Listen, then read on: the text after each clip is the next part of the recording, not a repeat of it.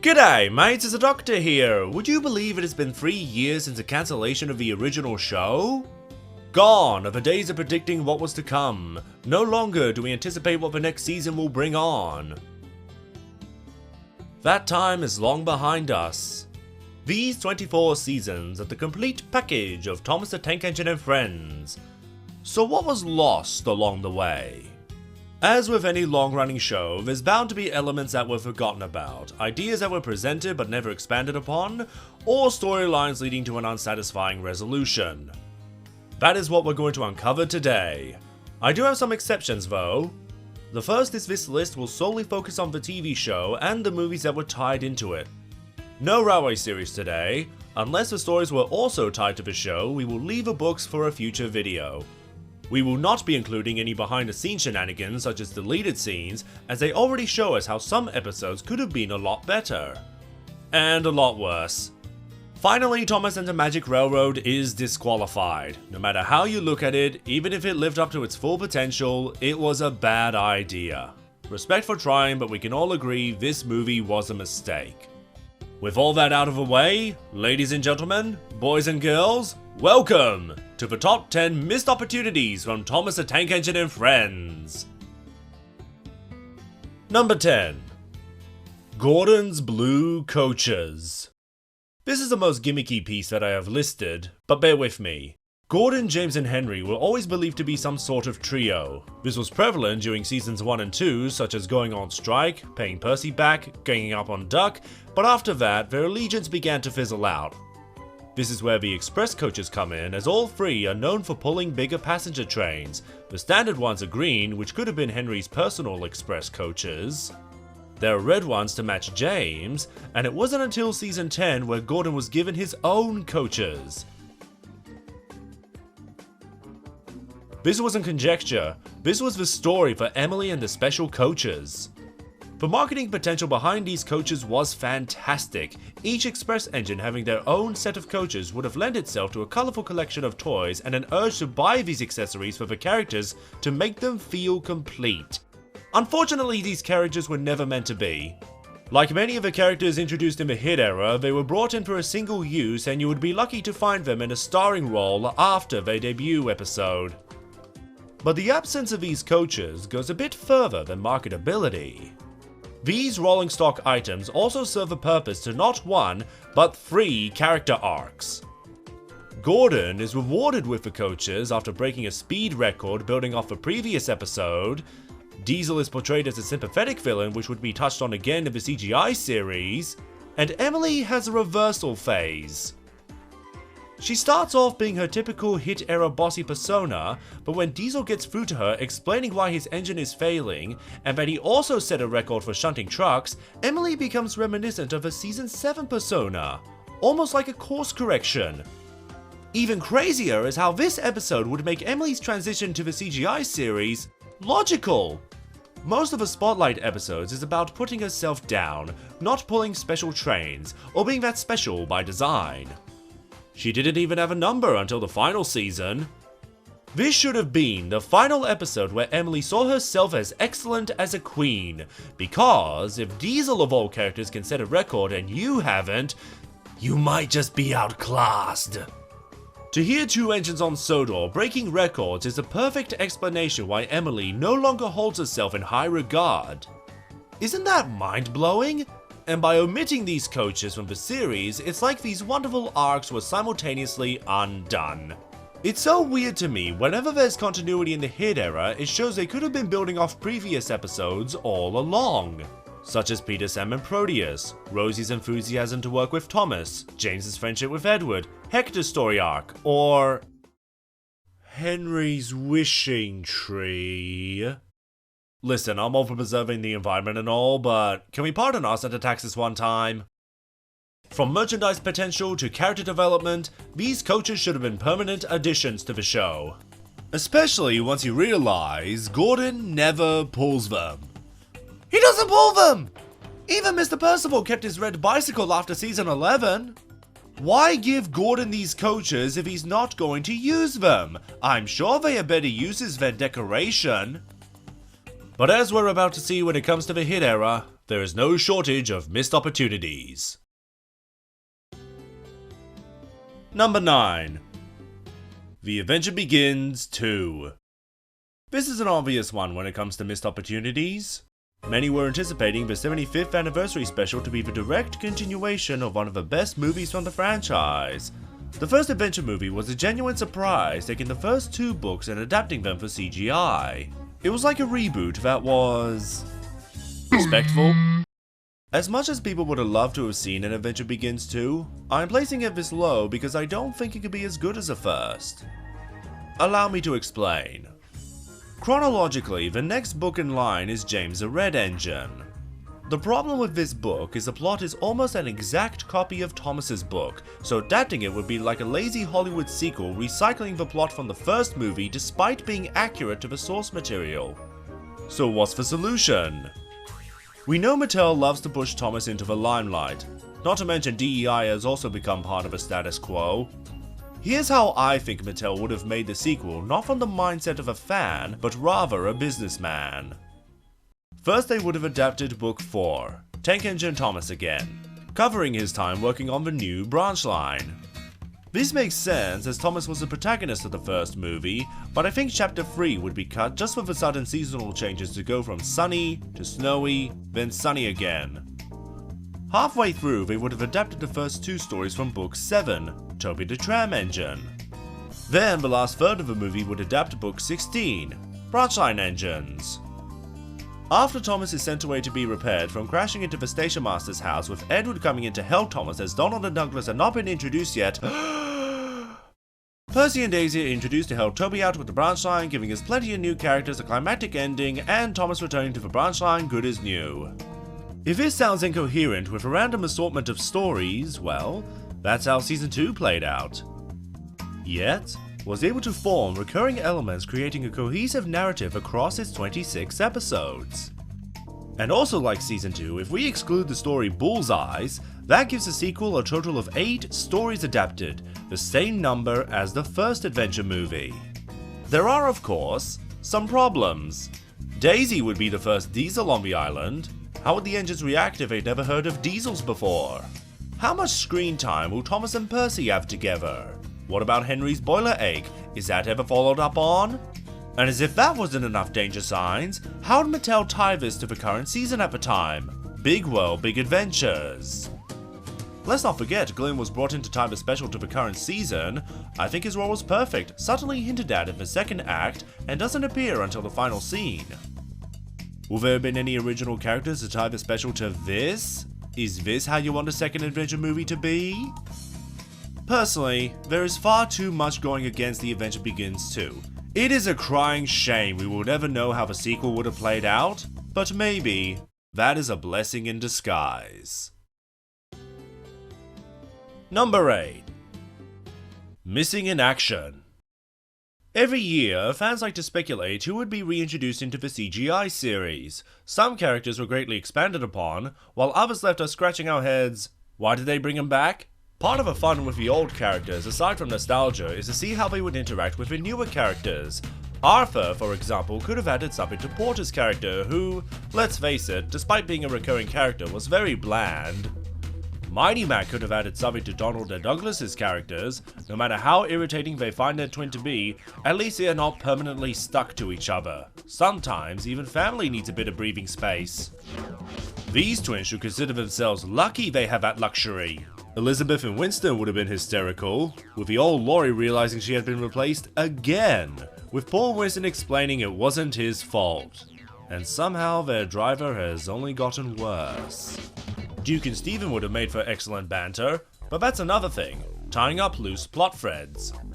With such examples as, whatever did happen to Duke? Did Grandpa sleep in the wrong shed again?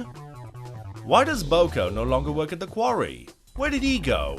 Same thing with Fergus, it is just as good of a guess. Hector's relationship with Bill and Ben could have been touched on, getting the twins to warm up to him after brutally mistreating them and creating a new friendship. Unfortunately, we will never know what happened to them.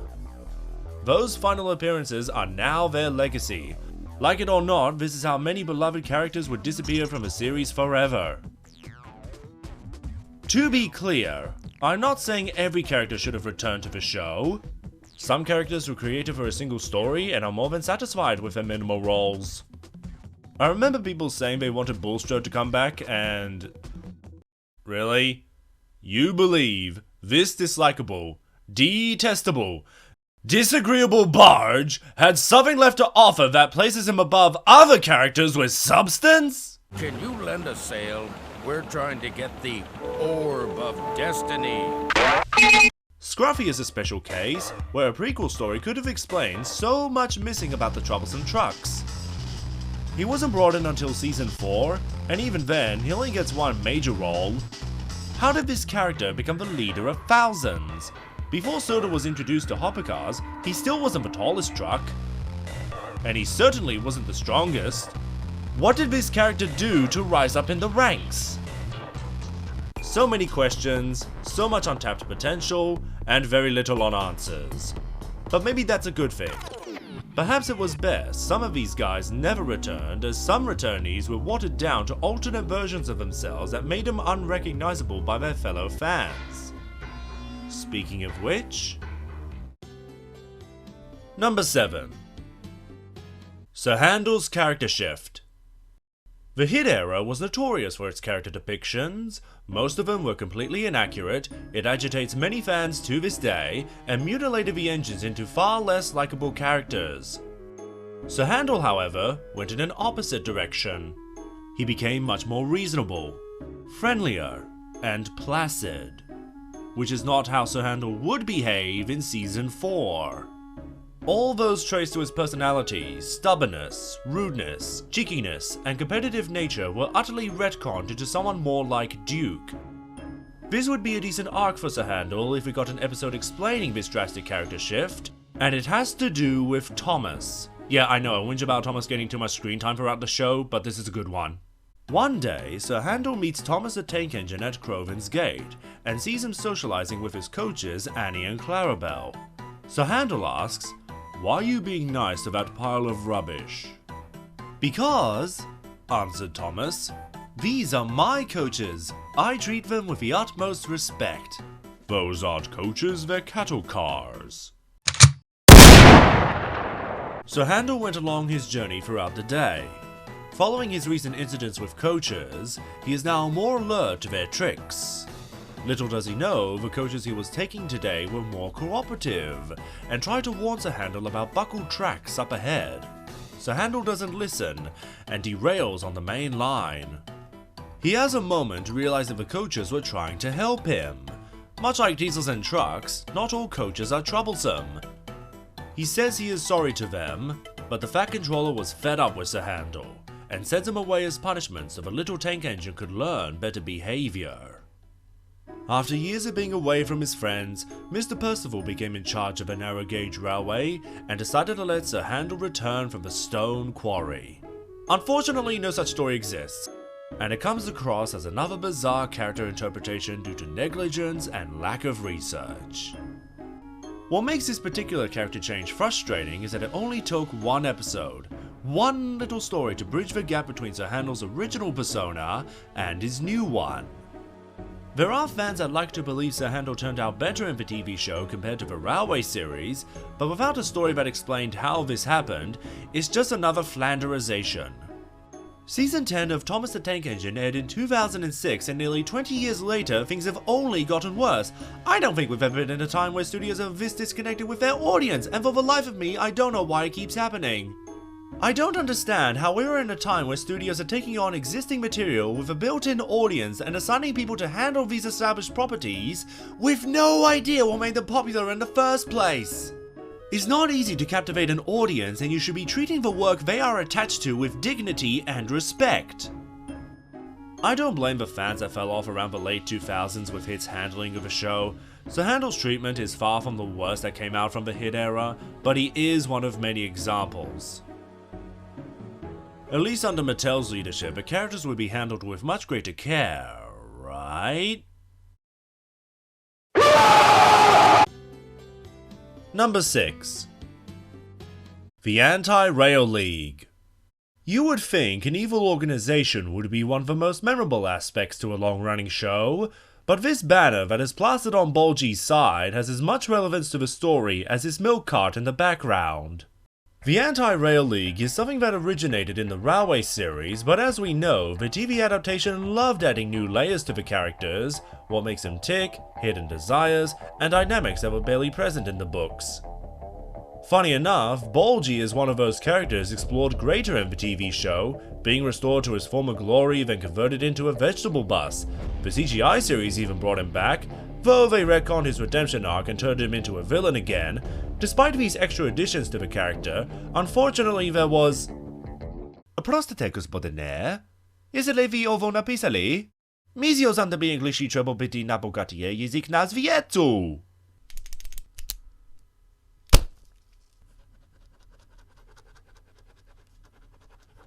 Trzeba by pliwiati u reżima, drodze!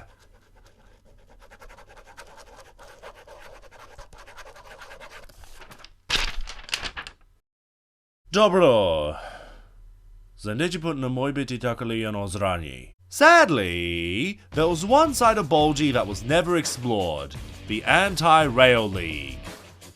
This wouldn't be so bad if it was Bulgy's thing, running around like an activist campaigning for the termination of railway services, but the problem is, Bulgy has a friend.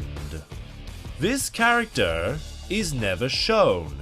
Oliver brings up some details about him, like what kind of personality he's got. He's rude too. He's taking Bulgy's passengers home and leaving Bulgy free to steal ours. This implies the friend in question shares the same ideology as Bulgy, ripping up rails. The closest we've got is George the Steamroller, but I doubt he can fit that many passengers into his trailer. I don't know if this has to do with themes of some kind, like how the Fat Controller found out about Diesel's lies, which some say is irrelevant because Diesel's purpose ties into the themes of being one of many in a soulless clone army. Here is where I stand on themes. It should be a bonus, not a focus. The focus should be on the logistics of a story, the mechanics of how the plot happens. Themes can be misinterpreted, misconstrued, an individual's headcanon that paints a different picture than what's actually presented. I couldn't find anything about anti-railway protests in the 1960s when Bulgy's story was published. I have to believe there was some kind of inspiration for this. The real world is the source of many stories in the Railway series. I think the bigger problem is Bulgy's friend, rather than the League itself. You could have said Bulgy wanted to start a cult, but adding on a companion who is never identified is a plot hole that has left a permanent stain.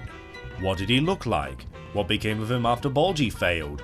How many members did they recruit? Did Bulgy's driver have something to do with it? Did it all shut down as soon as Bulgy was decommissioned? How was this idea never touched on? If only someone working on any timeline realized they had a goldmine of stories sitting right in front of them! The CGI series seemed to consciously ignore this, as Bulgy does not have a League banner on either side. I'm glad they did something with Bulgy in CGI, even if it would take another 2 seasons until he got a spotlight episode. But adding insult to injury to this unexplored conception, it could have played into another character's journey which came to an abrupt halt. Number 5. All Toad, no Oliver. There is not a single episode in the CGI series that revolves around Oliver. He shows up in plenty of supporting roles, but he's never the driving force of a story. Yet somehow, Toad the Brake Van received 3 starring roles. By all means, they're not bad episodes, but it takes away the uniqueness of Busy going backwards.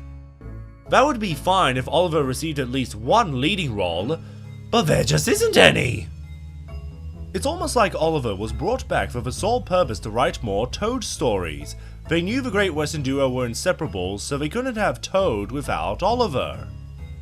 There was a planned episode with Oliver in the lead titled Oliver's Fear of Fireworks, but it was reworked to be called Samson and the Fireworks.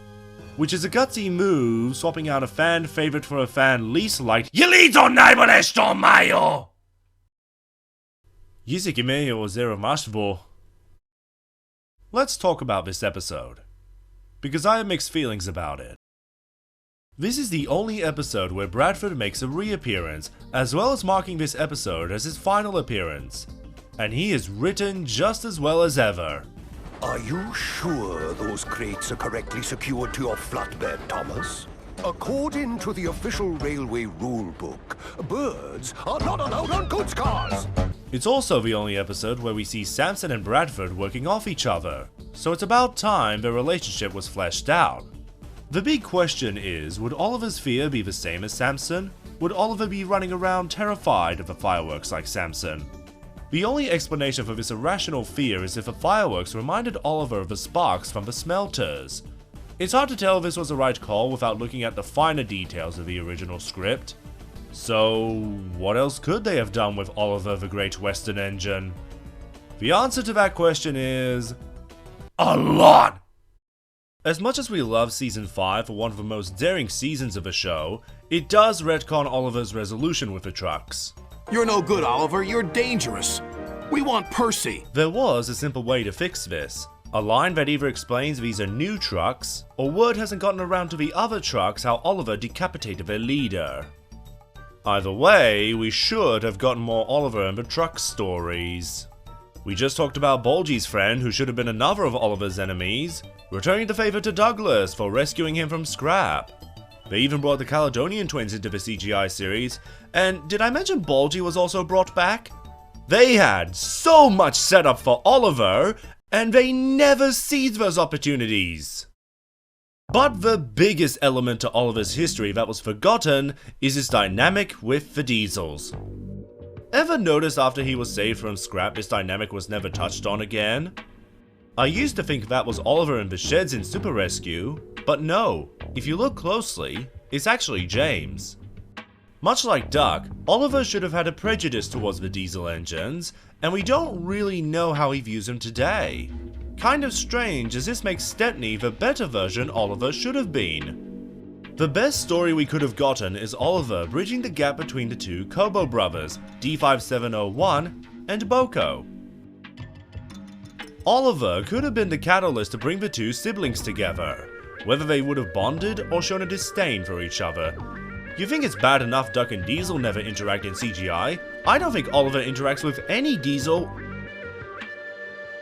anywhere. He's almost a blank slate in CGI. Was there nothing left for Oliver after Scruffy was buried in the mine? You're telling me the writers had more Toad episodes in mind than Oliver the Great Western Engine? I get that Toad is our favorite stoner, but let his other buddies have a crack. Begging your pardon, Mr. Oliver, but I think Snow is splendid. Bro, that's my line. Limitless potential there was for this Great Western, from arcs that were set up long ago, his ongoing battle with the trucks, character dynamics he should have played off, all of it dashed. Number 4. The Duck and Emily dynamic. There is a saying, the best way to know a character is to see how they interact with others. We've talked about character dynamics already, but the biggest one we never got is Duck and Emily. These two have so much against each other, they are perfect. They are seen together a few times over the course of the show, but unfortunately, the true potential of their dynamic never materialized. The worst part about this is they actually set these two up. In Season 18's Duck and the Slip Coaches, Emily finds herself sleeping outside of Tidmouth, as Duck has taken her spot at the sheds. This may have been a jab at Emily replacing Duck as the 8th main engine. Crikey, this is some deep symbolism. However, you would think this was setting up some kind of arc between the two. They don't do this once, they do it twice in the same episode, yet somehow, nothing comes of it. Emily and Duck should have been the Emerald rivals.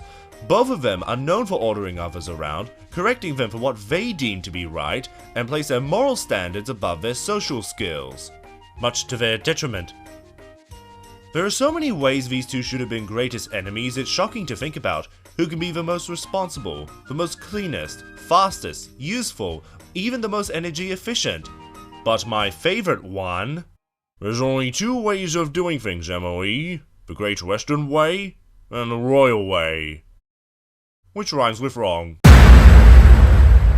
The dialogue would write itself with these two.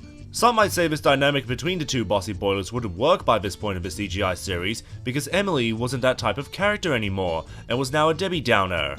But in Season 12's Excellent Emily, all the pieces were there to bring us that Duck and Emily feud we've always wanted. The only problem was it was written by a scatterbrain. The engine who Emily has a beef with in this episode is... Murdoch. What the... Why him? What do these two have together? Okay, at least Emily meets Duck along her journey, so they will still get to fight. Right? Trevor's waiting for you. Don't worry. Some of the tracks ahead are very muddy. If you get stuck in the mud, I'm Excellent Emily. Duck was worried. What do you mean he's worried for this? Duck is one of the snappiest characters in the whole franchise, takes no nonsense from anyone, laughs at those who find themselves into trouble. Worried for Emily? Screw off, you witless muttonheads! I understand a lot of fans were happy to see Duck when this episode came out, but this is character assassination 101. It's no different than the many other characters that Hit portrayed poorly. As for the Brenner era, Duck's portrayal was better, but I think we can all agree he was massively underused. Funny enough, after Duck and the Slip coaches, he seemed to vanish for a bit and was relocated to Alsborough.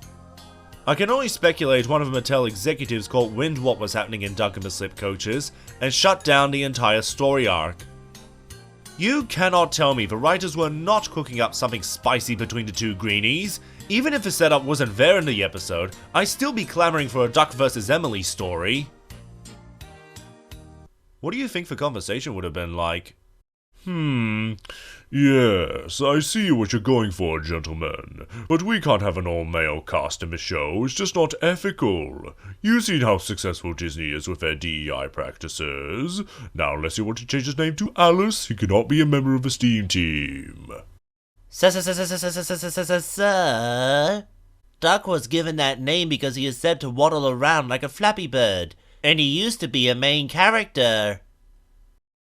There's even a book called The 8 Famous... Cannot be a member!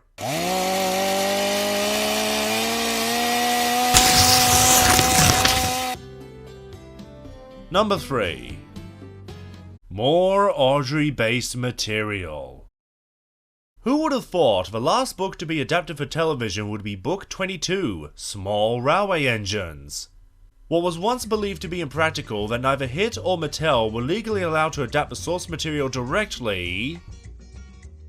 The Railway series would finally be given a second shot in Season 20 to allow its stories to be brought to life.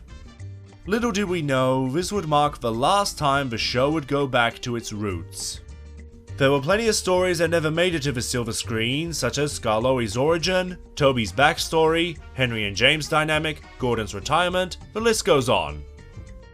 One of the things about CGI that paved its way for the Railway series is most of them are slice-of-life stories, where majority of episodes worked as standalone stories, which was one of the criticisms towards Christopher's books. This could have worked out in favor of the CGI series, as most of them were standalone stories, where continuity wasn't particularly strong, but nevertheless could have been the show's greatest advantage at this point. But, unfortunately, the show did not go that route. Obviously, we would have loved to have seen the grander stories. I think if they adapted Super Rescue as Henry's final story in the CGI series, it could have been the perfect send-off for the character, as Mattel clearly wanted to be rid of him, but at least they'd done it in a more tasteful manner. It seems like they were going in that direction.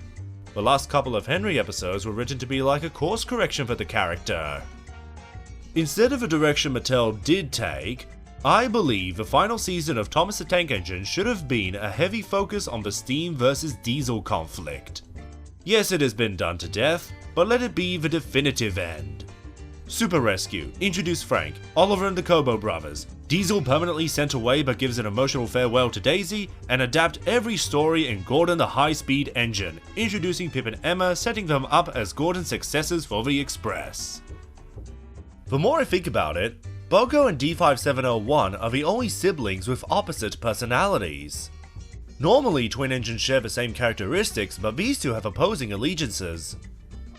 Boko is known to help his fellow steam engines, while D5701 hunts them. One is loyal to his brethren, while the other essentially betrayed his own kind. I should have dedicated a segment to Boko. He's such a fascinating character. I will be honest though, Season 24 does things I am very proud of. In fact, there are some really strong highlights. Giving Emily a number after so many years is the perfect bow to tie up her character journey. Hiro returns to his country of Japan. The Great Little Railway Show is probably the most clever idea in the whole season. These episodes I would keep for the final season.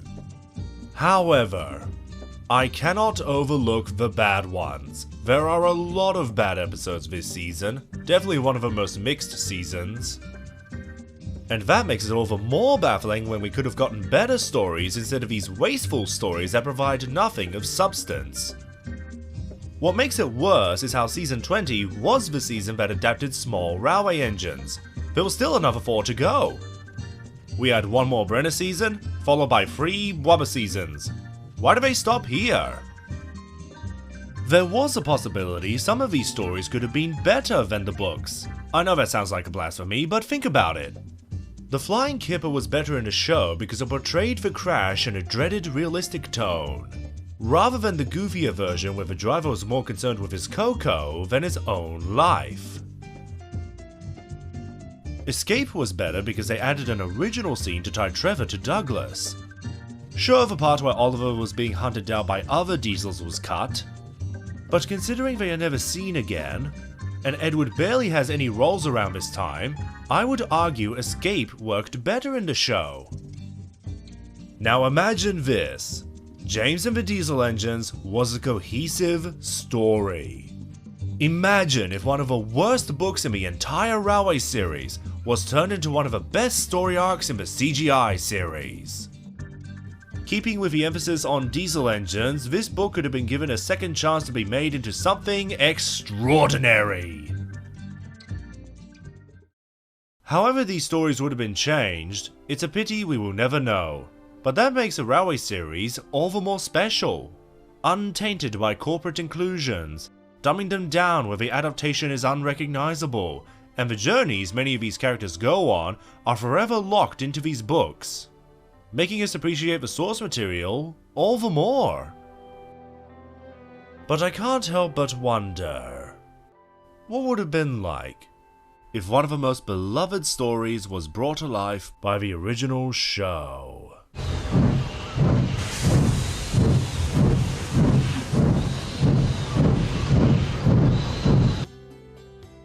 Number 2. Big World, Big Adventures. It may seem strange to include an entire era, but none are more deserving than this one. This is the era that got the entire show cancelled. It's the era where 2 of the core characters were replaced. It's the era where continuity was barely present. It's also the shortest lived era, and no, I'm not counting the Ghislaine era separate from the classic era. I find it funny to say, the biggest era ever! Only survived for 3 short years. Big World, Big Adventures comes across as a concept with no plan. It cannot decide whether Thomas should be traveling around the world or stay on Sodor. There's no through line, no structure to tie these episodes together.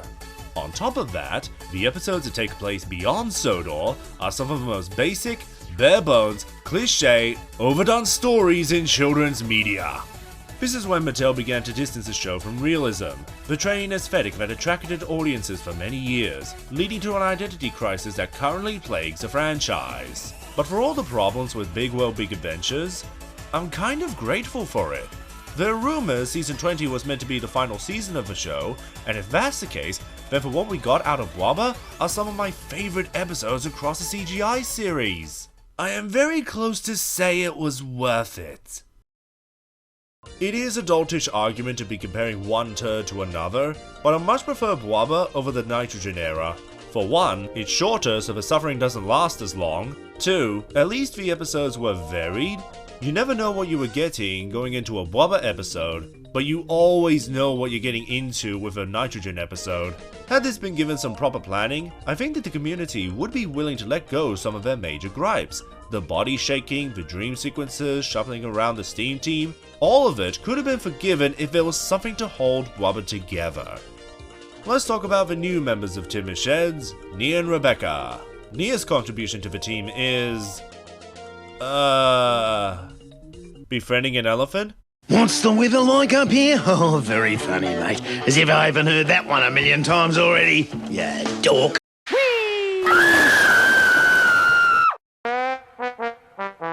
Rebecca is marginally better, only because she has a fun personality. Her interactions, the way she interprets the situation.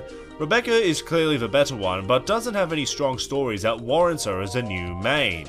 I find it hysterical when it comes to the merchandise. The toy brands seem to push Rebecca far more than Nia, despite the latter clearly being the favorite gal of Mattel. Something tells me this company is disconnected from both its audience and partner companies. There ought to be a discussion about CEOs running their businesses into the ground and never held accountable for their poor decisions, inane leadership, and instead of getting the boot, it's the lower level employees that face the brunt of their actions. What puts Big World Big Adventures high above the rest is everything we have talked about could have been right here. The missing characters, the banter, the adaptations. Whether or not they would have been handled with respect, the point is the Blubber era could have been so much better. Not necessarily more, because they tried too much with this rebrand and very little what came out stuck the landing. It's more in line with the hit era how it was overall bad with some nuggets of gold underneath all the rot. I think I have listed some of the many loose ends over the course of a show that were never resolved, but at least this era, being the last of a long-running series, wrapped up the show in several ways. You'd be surprised how many cartoons have horrible endings, and for what Thomas and the Royal Engine accomplished, as part of the Blubber era, does deliver a heartfelt send-off. The callbacks, the dialogue, returning characters, and most importantly, it was a grounded story. It doesn't try to go too big, and in that sense, it's as good of an ending as the show can get. Thomas the Tank Engine and his friend the Fat Controller both receiving awards from Queen Elizabeth for their service on the railway. You don't get more British than that.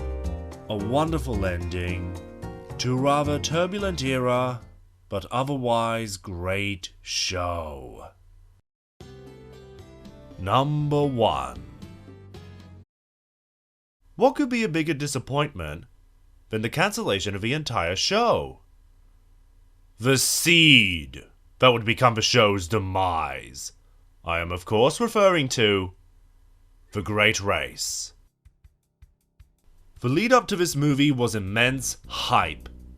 The story was to be a massive competition of trains around the world competing in various sporting events, like a locomotive Olympics. The cast was massive, with many familiar faces and 13 new international characters duking it out who were the best engines. Video shorts were released to give a brief synopsis of the many characters who were going to be featured in it, showcasing their strengths, weaknesses, and a bit of history. The trailers promised a ton of action coming fresh off the heels from last year with 2 of the best Thomas movies ever made. The new villain looked imposing, and what's this? Flying Scotsman's in it? That's a character even the classic era couldn't adapt. They're bringing in more Railway series characters into the show? This is going to be the best Thomas movie ever! But in the end, it was all talk, no bite. The Great Race remains to be the biggest disappointment for film I have ever seen. There have been plenty of movies I've been excited for over the years, but none of them have left me as betrayed as this one.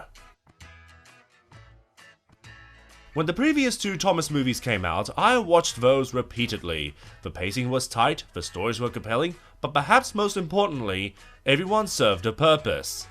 The Great Race, however, I only saw once when it came out. I have never gone back to this movie since 2016 until today, and I'm reminded how The Great Race had everything going for it and failed to deliver on everything.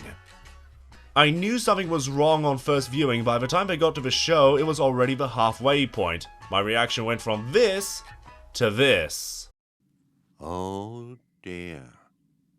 There is no reason for this to be a Thomas movie. It had every right to be about Gordon. If we can have 2 movies where Percy can carry a film, then I see no reason why Gordon couldn't have his turn. The movie is called The Great Race, not The Great Railway Show. The actual race is only 2 minutes long, and that is the biggest problem with this movie.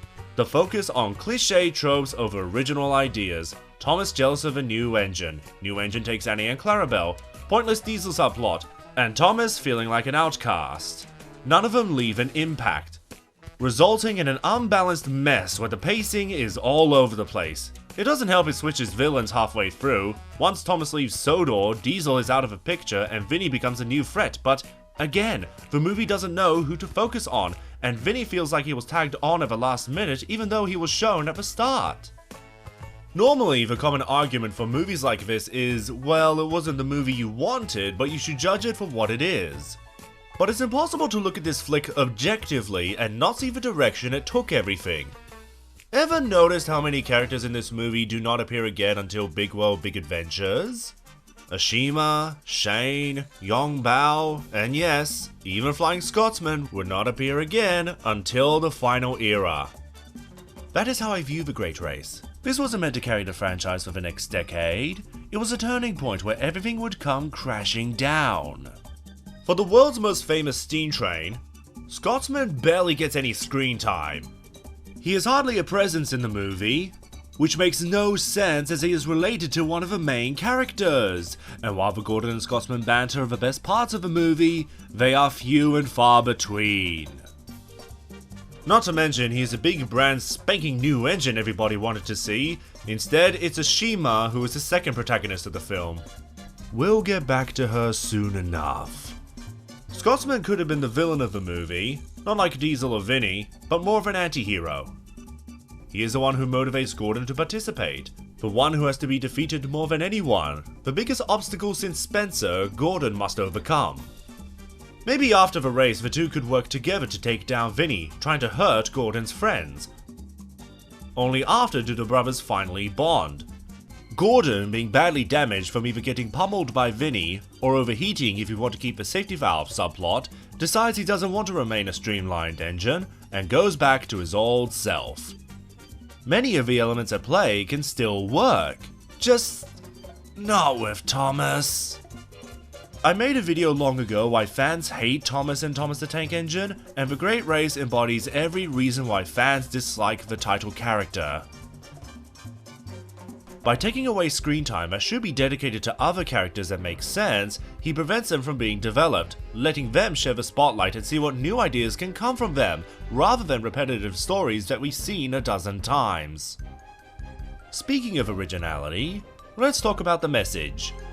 I will give Ashima this. Her song in the movie about being yourself and trying too hard to be something you rather, containing lyrics such as, "Why do I have to be me?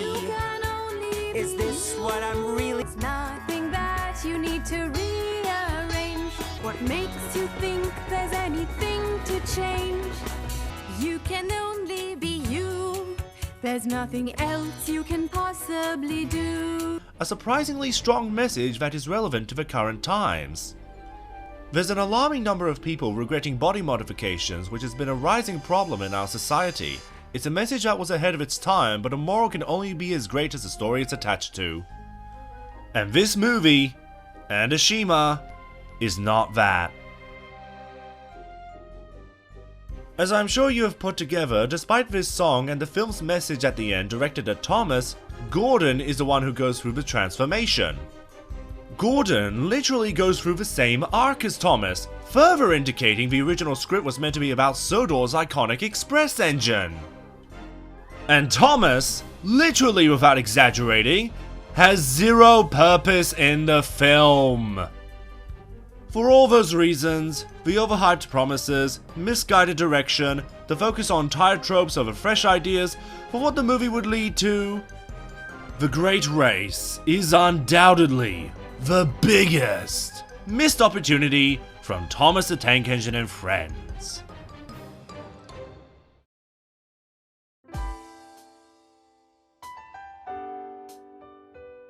And that is going to be the end of the video, one of the biggest of my career, and finally I have a background for end credits.